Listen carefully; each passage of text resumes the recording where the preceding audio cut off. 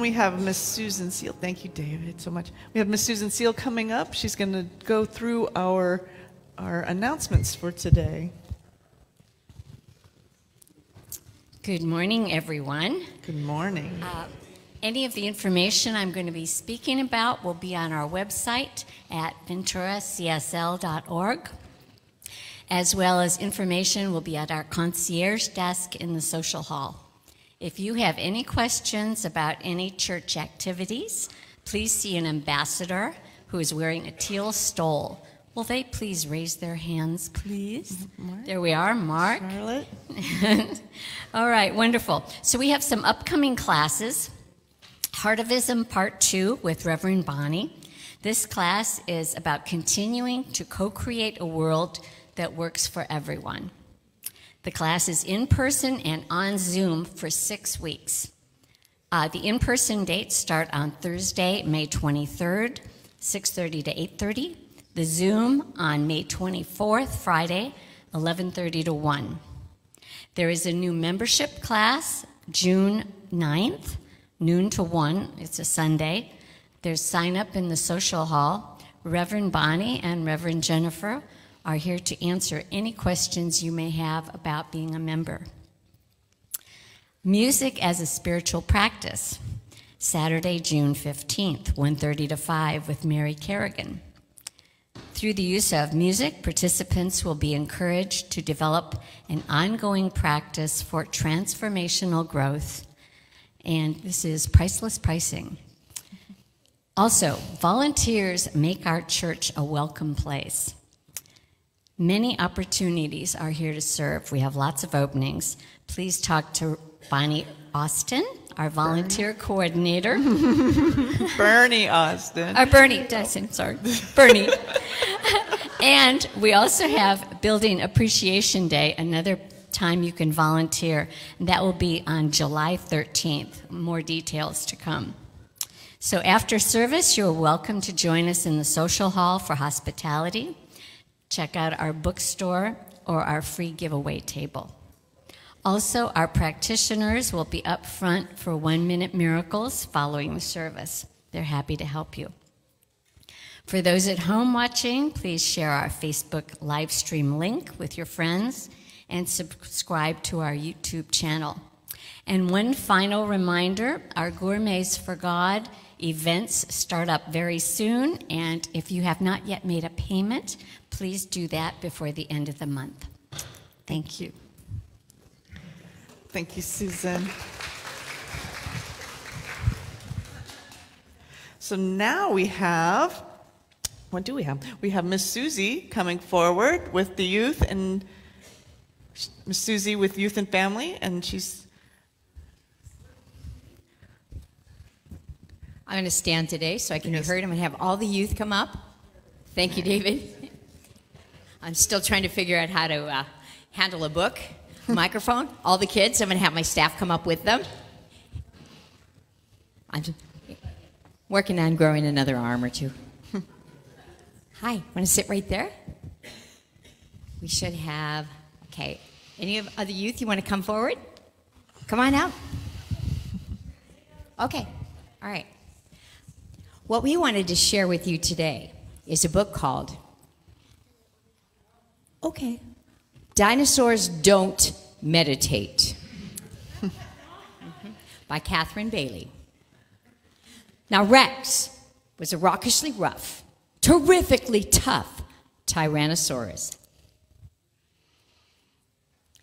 Thank you for your patience while I turn these pages. Okay, I'm going to try it one more time. Sam was not. Even so, they had a dynamite friendship. Oh, they did everything together. Until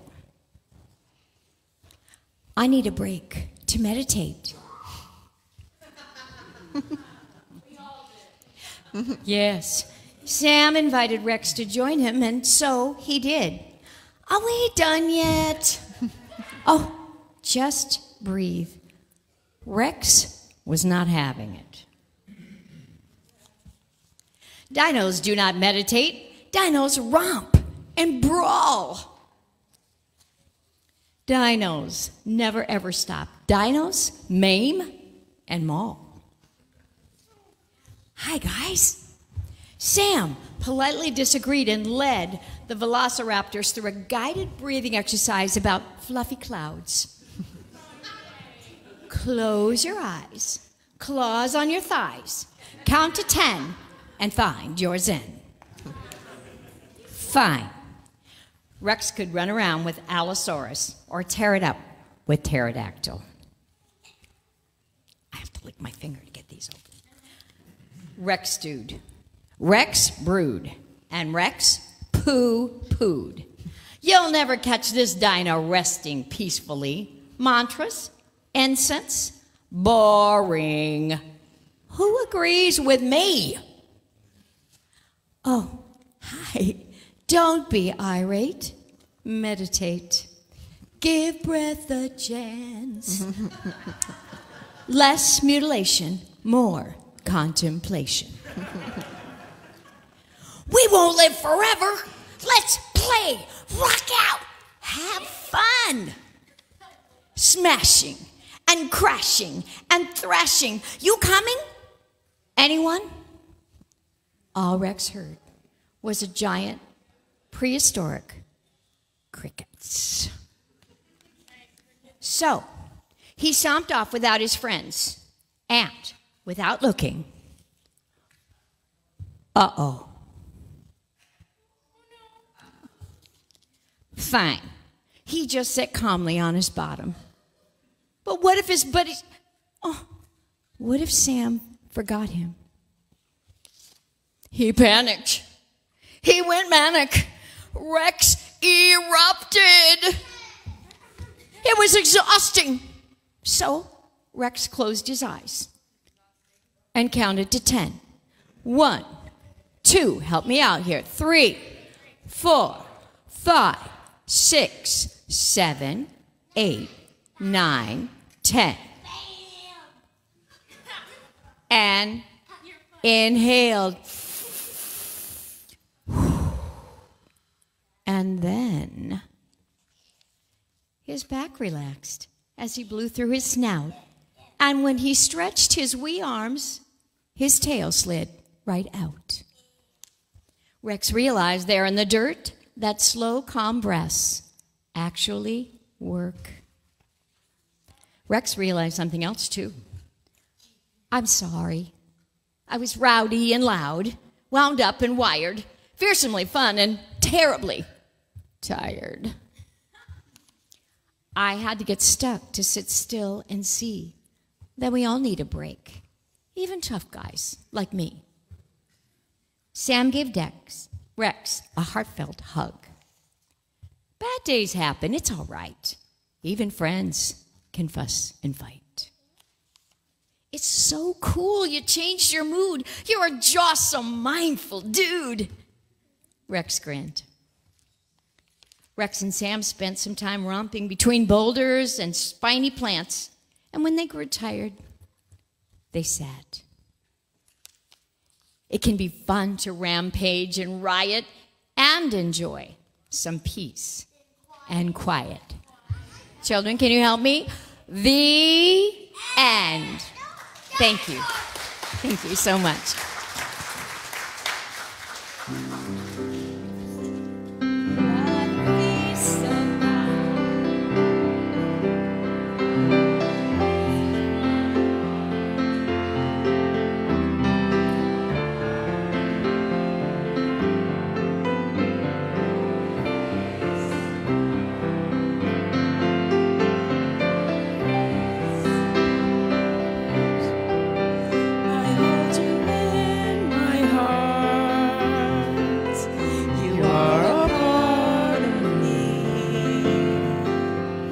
You are the grace of God.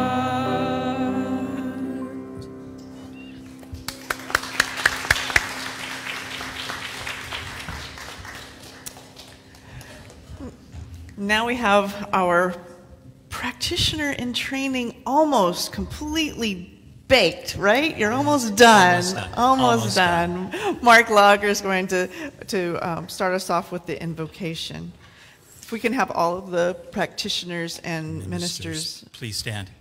Please stand as we support this community of love and life.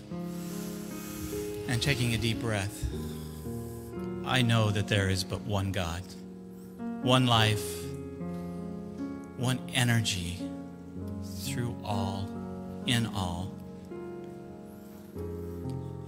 And I know that that energy, that love is within me, and I know that it is within each and every one of us. I know that this service is blessed. I know that the words that we hear today are wisdom for our soul. I know that the music is blessed and is an inspiration to each and every one of us. I know that everything that happens today is part of the grand design and plan in our lives. And I give thanks for each and every one of us. Give thanks for where we are right here and right now. And I plant my words deep within the law, deep within that mind of God. And together we say, and so it is. Staying in that place, that heart-centered place that Mark so beautifully brought us to. Reading an excerpt from The Finished Kingdom by Lillian de Waters. Truth is not something that is made or set aside or created by thought or created by feeling. Truth is above all thought and all feeling. Truth is that which is undefilable, that which is indestructible, that which is unspoilable is truth. That which is immaculate, glorious, and triumphant is truth. And knowing that that truth is in the center of every single one of us, that center and that truth is who we really are. Staying in that space, that heart space. Let's do our meditative chant, I am remembering.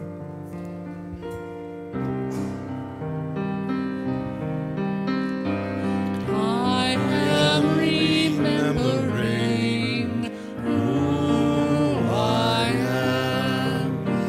I am remembering who I am. I am remembering. I am remembering.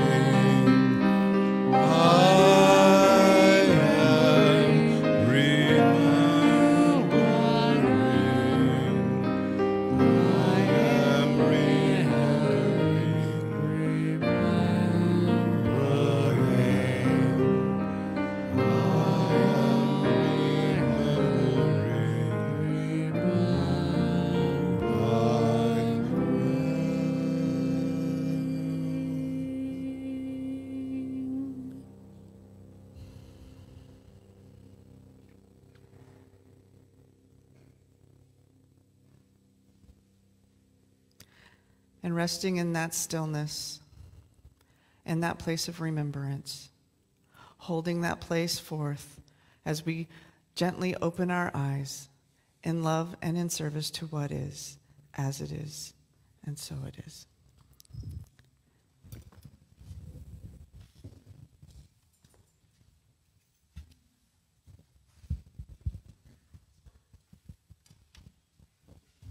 Good morning. There was a time in my life I thought I had to do it all by myself. Didn't know the strength of God was sufficient. Didn't know the love of God was at hand. Now if you are discouraged, trying to make it through another day, you gotta let go, let it all go. And this is what you have to say: I release and I let go. I let the Spirit run my life, and my heart is open wide. Yes, I'm only here for God. No more struggle, no more strife. With my faith I see the light. I am free in the Spirit. Yes, I'm only here for God. Well, I release and I let go. I let the Spirit run my life, and my heart is open wide. Yes, I'm only here for God. No more struggle, no more strife. With my faith I see the light. Oh, I am free in the Spirit. Yes, I'm only here for God. Well, I release and I let go. I let the Spirit run my life, and my heart is open wide. Yes, I'm only here for God. No more struggle, no more strife. With my faith I see the light. I am free in the Spirit. Yes, I'm only here for God.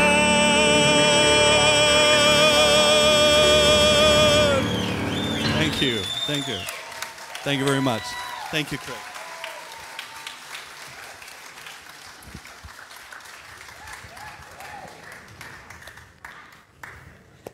It's so awesome when we have people singing in here.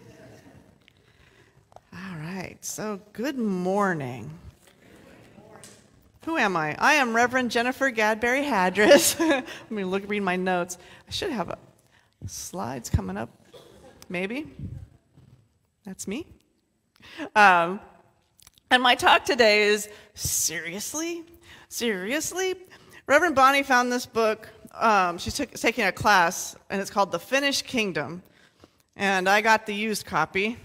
This copy was published in 1924. Smells good. I love old books. And I'm like, what? So that was the reading that I did. This is written by Lillian De Waters. And like I said, 1924, she channeled a ton of books. She has over 30 books. So this is, I'm not going to read it again because you all heard it before the meditation. And that's what she starts with, right? That this is the truth of who we are. There is this truth that which is, undefilable. There's a part of each one of us that is undefilable. That is the truth. You're undefilable. And that's a pretty short book, right? That's like one page, and there's a lot of pages here.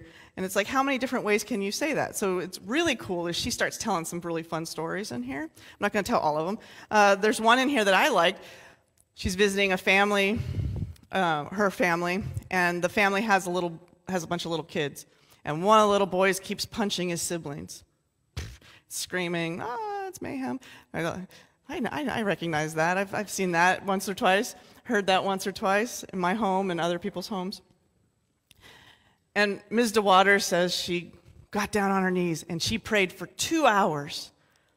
2 hours she stayed in prayer and knowing the truth. And the little boy never struck his sibling again. Never. And he grew up to be an upstanding citizen because that's what prayer does. It casts out demons. Demons be gone. You're never going to hit your siblings again. And I'm like, sure. I've raised kids, like, sure that happened. But I'm sure that he did grow up to be a wonderful human being. He has a loving family and everything. So there's a bunch of other stories in here of how prayer worked, and so I'm not going to tell you all of them. You can find them for yourself if you're so disposed. But later on, the reason I said seriously was, this is what Reverend Bonnie said, old school metaphysics, right? So she's got a chapter on casting out demons. She's got a chapter on raising the dead, and she's got a chapter on preaching the gospel. And all of those things make me kind of, give me a little heartburn, right? A little, no, what? And then when you read what she says and what she means by those words, because those words I've been trained to believe are of fire and brimstone, but when you read what she says, it sounds a little different. It sounds a little bit more like what we have here. So I'm going to read another part. She's talking about the Christ consciousness. So you hear here, Ernest Holmes will say, Jesus found the Christ consciousness within himself. And Jesus is not an exception. Jesus is the example. And she has a different way of stating that statement that I really like. She says, Jesus Christ as Emmanuel, God with us, is the true self, the divinity of us, the perfect man. This is the universal Christ. This is the cosmic Christ. This is the Christ of God. Let us suppose that a handful of diamonds are lying in the dirt. I happen to have a picture of that right here. So let's suppose that a handful of diamonds are lying in the dirt. They are covered with mud and layer upon layer of soot and slime. Some are black, some are brown, some are one shape, some are another. As they are gathered together, lo, there comes into their midst a flaming white light, a magnificent white stone, which sparkles and dazzles and is brighter than the sun. They have never seen such a stone before, nor ever even heard that there was such a marvelous stone. Little do they dream that each one of them, each separate ball of dirt, is at its very center the same brilliant diamond.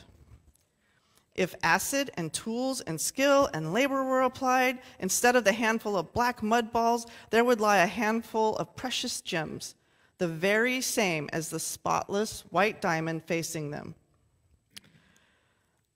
So she goes on to say that's the truth of our center, is that white stone. Every single one of us is that white stone. Every single person you meet is that white stone. Every time you look in the mirror, that's who you are. That's Christ consciousness. And it's like, all right, so how do you do that? And she talks about those, like, you work on it, acid and these things. And we teach this stuff here. I just taught a class, spiritual principles and practices. The Centers for Spiritual Living have a list of spiritual principles and practices, and we're going to do those, and we're going to teach you how to do them, and you're going to float out of here like a lotus on the mud. And it's like, yeah, I'm going to meditate, I'm going to pray, I'm going to do my spiritual mind treatment, I'm going to do these things. And then, this is an actual card I got from a friend here. And it says, I meditate, I do yoga, and I still want to smack someone. That's not very Jesus-like. Well, actually, it is Jesus-like, right? He flipped over some tables and everything, but it's really not the truth of who we are. It's not that Christ consciousness. It's not that gleaming white stone. That gleaming white stone doesn't want to smack anybody. So I have to remember, another great teacher, Ram Dass, that we're all just walking each other home. And I love that, because we're all that pile of diamonds. We're all got a little mud, a little slime, every single one of us. It's part of being human, and it's part of what we're here to do. We're here to grow. We're here to remember. I don't know this for a fact, but I believe it's true because it sounds true to me, that we are here to evolve. Our souls are here to evolve. And how we evolve is through forgetting what our true self is, and then working on that, removing the layers and things to remember what we really are. And that's how we evolve. In biology, if you grow trees in a greenhouse and they aren't exposed to any kind of wind or any kind of diversity, they're growing in a treehouse, or in a greenhouse, and they don't experience the elements. They'll get to a certain height, and then they fall over. True story. I've got the references if you want to, but they'll fall over, and now and then they have to just live like this. So I think that that's part of our evolution, is we come here, and we're not here to just be like, I am a diamond, I'm shining bright like a diamond. No. Well, we are sometimes, but that's not really going to help your tree grow. You actually have to work and remember, and the working and remember helps you grow into that true bright stone, that big bright stone. So I like math. I'm good at math. So if we have Lillian DeWaters saying, we are all beautiful diamonds that just have a little stuff on us, and then our experiences, but I want to smack somebody. And then Ram Dass says, but you're just here to walk each other home. What does that all mean? What is that when you add everything up to each other? And I think that means that we're all here to help each other see our blind spots. We all have blind spots. I'm not going to talk about driving because that's kind of Bonnie's thing. But backing into things, you have blind spots. But we all have other blind spots in our lives. We have behaviors that we do unconsciously. We have things that we don't even know we're doing. Public speaking, you can hear me every once in a while. I will say, that's like, don't say that. It's unconscious. It's an unconscious thing that we do. So that's it. Short talk. No, we're going to take a page from Ms. DeWaters. I'm going to tell you a story. Story time. It's not as fun as the dinosaur story, but in our household, we have a beloved family member that a few years ago developed a really chronic snoring problem. I can talk about it now because, we're still alive and we all made it through it. But so a really chronic snoring problem. And snoring is such a funny thing because everybody here at one time in your life, you've snored. I have actually heard myself when someone said, you snored. I'm like, I don't snore. Which I know is a total lie, right? I know it's a lie. As it was coming out of my mouth, I know it's a lie because I wake myself up snoring. So I have woken myself up snoring and rolled over to kick Mr. Bill, like, stop snoring, and he's not even in the bed. It's like, I guess it's just me in here snoring. So our beloved family member, I'm not going to out which one, developed a chronic snoring problem. And it was so bad that even with doors closed, bedroom doors closed, it was affecting everyone in the house's sleep. I mean, we were worried that the pictures were going to come falling off of the wall. I mean, it was bad. It was bad. And so we tell our beloved, just like this, beloved, the snoring is bad, and you need to sleep on your side or something. You need to fix the snoring because it's really bad. And beloved's like, no, it's fine. I'm fine. And then beloved goes camping with friends, and beloved's friends say, I'm sure very gently and quietly and calmly, beloved, the snoring, we're pretty sure you scared all of the wildlife all night. We thought there was a bear and it was just you, and beloved, the snoring, it's really bad. And the beloved's like, Then beloved crashed on a friend's couch with a couple other friends in an apartment. And the people that were at the apartment were like, beloved, we're afraid that we're going to get evicted because there was so much noise in this place last night. So finally, beloved, thank goodness. So this is where we come to a choice, right? There's a choice. Now, beloved could dig in. I don't snore. Why are you picking on me? Why is everyone always picking on me? I don't snore. It's not even something I'm doing on purpose. I'm asleep. Why are you yelling at me? You're attacking me for something that I'm not doing on purpose. I'm not malicious. I'm not running some psyops, like sleep deprivation experiment on my family. Like, I'm sleeping. I'm trying to sleep. But people are kicking me, telling me to roll over all the time. I'm not getting any sleep. So they could dig in and be like, why are you attacking me? Thank goodness Beloved did not do that, because we would have had to throw Beloved into a tent or something in the backyard. But instead, Beloved goes, maybe you're right. I don't know. I'll go to a doctor or something. We'll find something. So, and intervention, found the right intervention for themselves. First night using the intervention.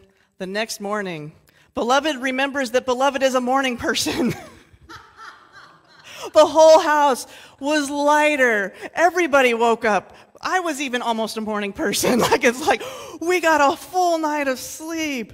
It's quiet, blissful sleep. The cats were happy. Everybody, oh. And Beloved goes, oh, maybe I was snoring. maybe I was doing that. So I bring that up because I love that example, because it is an unconscious behavior. Like I said, it's not malicious. They're not doing it on purpose. And we all have behaviors that we are doing maybe unconsciously. We react. We have a lizard brain. That lizard brain wants us to fight, flight, or freeze when we feel stress, right? You're going to do whatever. Mine is fight all the time. And some people they're out of there. Just depends on your personality and your behavior that you do unconsciously. In this situation, even though that the behavior isn't malicious, it was affecting everybody. It was especially affecting the people that share a room with Beloved, right? So the kindness, the biggest kindness that if this person digs in. Years ago, Bill and my first apartment, our apartment manager was telling us about her husband with the snoring, and it was when sleep apnea was like on the news all the time. And she's like, you have that, you got to go to the doctor. And he's like, no. And she's from Houston, and she's like, I'm trying to save your life, you twit.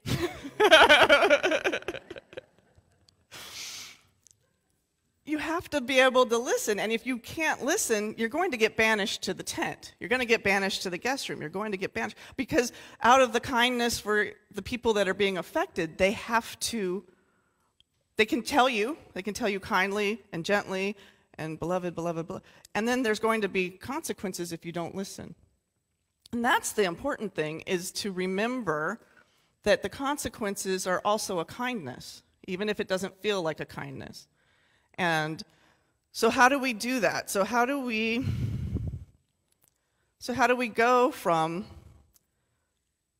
those diamonds there to there? Now, we all snore a little bit here and there, and so sometimes the writing of the action is stop snoring, right? Roll over. That could be your writing the action. Or I roll over, make myself stop snoring. But sometimes it's more. So, another example. Let's say you're at work and you have a troublesome person that you work with. And you feel attacked. They come at you. You're feeling attacked. That is not the time to be like, oh, tell me more, right? Tell me what my blind spots are, please. Oh, thank you so much for coming to my space and screaming at me. Thank you. No, no, that's where Bonnie's like, you don't want to be a doormat, right? But there is a gift in that communication.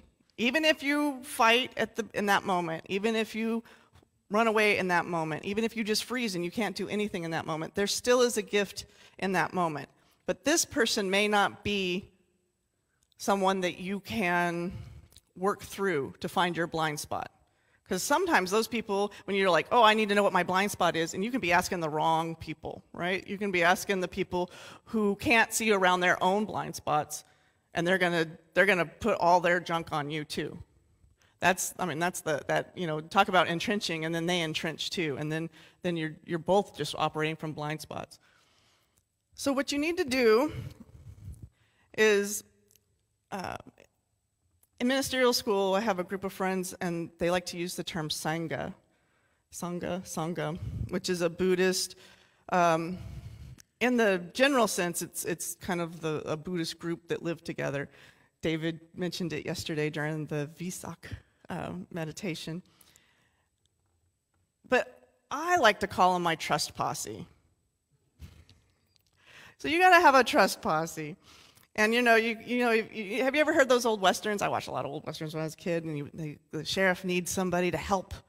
We got to find those culprits. We're going to find those bad guys. We're going to find my blind spot. We're going to find my behavior, and we're going to make a trust posse. We're going to badge them with our little hearts here. There we go. We're trust posseing now. You're going to find your trust posse. And those people are going to do a few things. And it can be a practitioner, it could be your spouse, you'll find who your trust posse is. And it doesn't have to be one person every time. It can be trusted people that can listen to what's happening and help you find your blind spot. You have a hard time at work. Someone feels like they're always attacking you. I can never do anything right. This person is just Now, sometimes you just want to vent about that, and a spouse can be good for that, right? You just vent. And if you have a well-trained spouse, the well-trained spouse is like, do you want me to help you fix it, or you want to just vent? Usually like that, like with something between you, like, oh, what's happening? I'm venting. Okay, great. Just vent away. I'm going to be over here cutting vegetables. That's what Bill does. He cuts vegetables while I'm... But when I'm ready to see my blind spots, I can say, this is happening again. And it's somebody else this time. And it's somebody else this time. And why is this happening? What is happening? Why is this happening again? And I just want to smack somebody, and then I don't want to smack somebody. Like, that's not right. I don't want to do that. A trusted person could be like, okay. I can hear what you're saying. And they mirror it back. And a trusted person, so this is what we're going to do. When we have classes here, we talk about how we listen with the heart. Well, we listen with the heart, and we speak from the heart. And what does that mean in this instance? So in a class, you're sharing, and really we're listening just to give people a place to have their voices heard. But if you're working trust posse time, and you're like, no, I really want to work on this blind spot that I have, you have this trusted person will come sit with you, and you just say, oh, they're saying these things about me. They're saying I'm not. Old one, right? I'm not trustworthy. They're saying I'm unreliable. They're saying I'm not providing what I was supposed to be doing. They're saying I'm falling short, and I'm not. And I showed them. Bam, bam, bam. Look, I did all of these things, and they're wrong. They're wrong. And I told them they're wrong. How'd that work out for you? Your trusted person can say, okay, they are harsh. They're being harsh, and they are off a little bit. Can you hear me say where I see where they're coming from? Can you hear me say where you have this blind spot? Can I show you where your whatever is translating into this? That's speaking from the heart. That's listening with the heart. That's looking at the beloved diamond in front of you and going, I know you're a beloved diamond. And I know you've got this schmutz on you, right? You got this little, let's clean that off for you, right? But you can't do that for somebody. They have to do it for themselves. But you can point to it lovingly and kindly. And that's what it means to be a heart posse member. You put your little heart posse on. And if you have enough people that you can do that with, you can do that for them too. So that is the assignment this week. We're going to all turn into heart posse, trust posse people. So there's their little heart. So we got trust posse rules. What are you guys over there giggling? Sorry, I'm easily distracted. My sanga's over there not doing something. So trust posse rules, right? So trust posse, we're going to put our little heart pins on when they come in. They're on order. Don't. So we have to be willing to listen with the heart.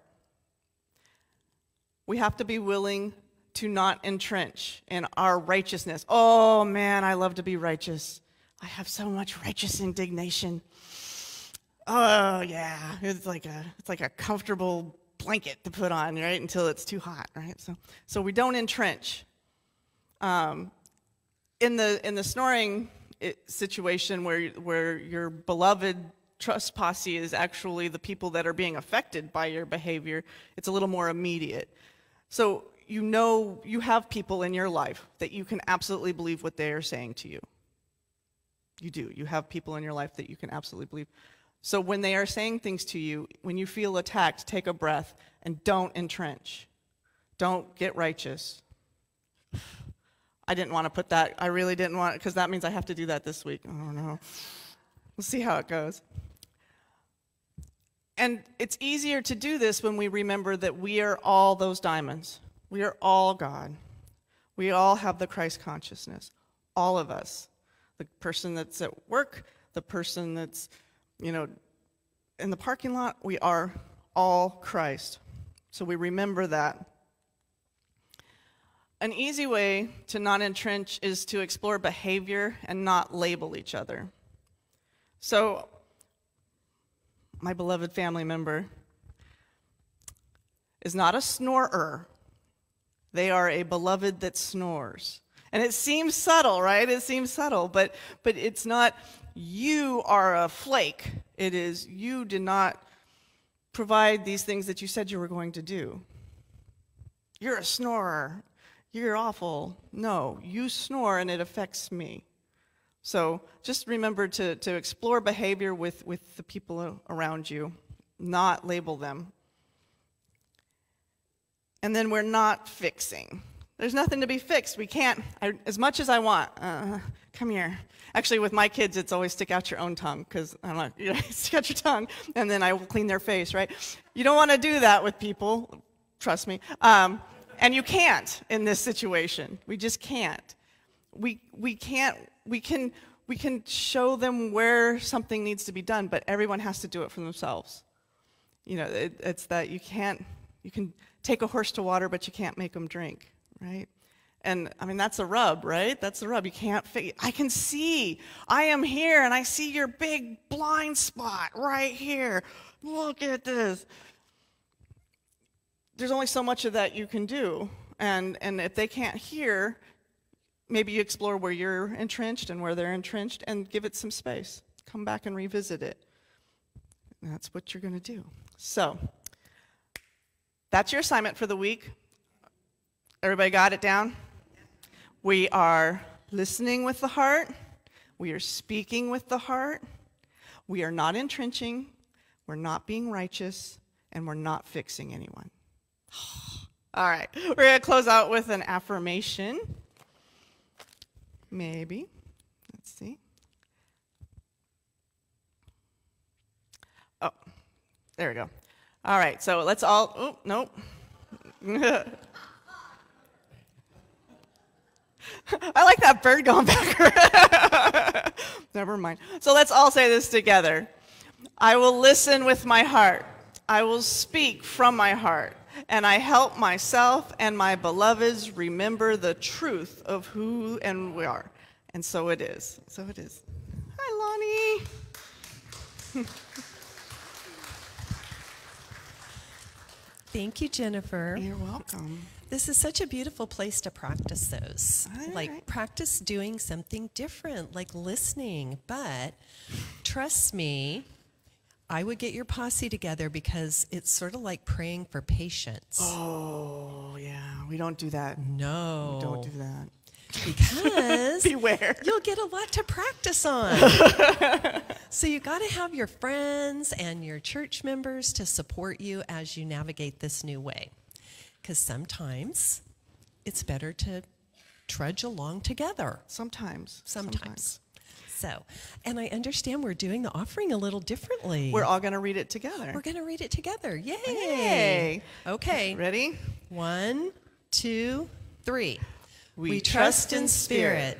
Love is the giver and receiver of all that we are. We offer this gift. It is an outer expression of our inner abundance and compassion. Our gifts bless many and return to us multiplied in miraculous ways so that we may give again. And so it is. You guys are awesome.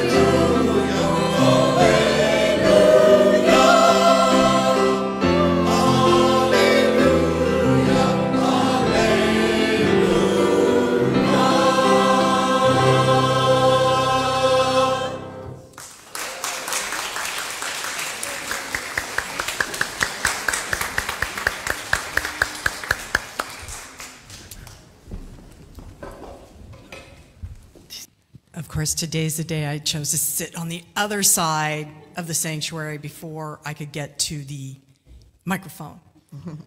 So I am here to do the final affirmation of today. In every part of our lives, we are love. We share love. We serve love. Thank you for our lives. And so it is. So it is. Thank you, Susan. Namaste.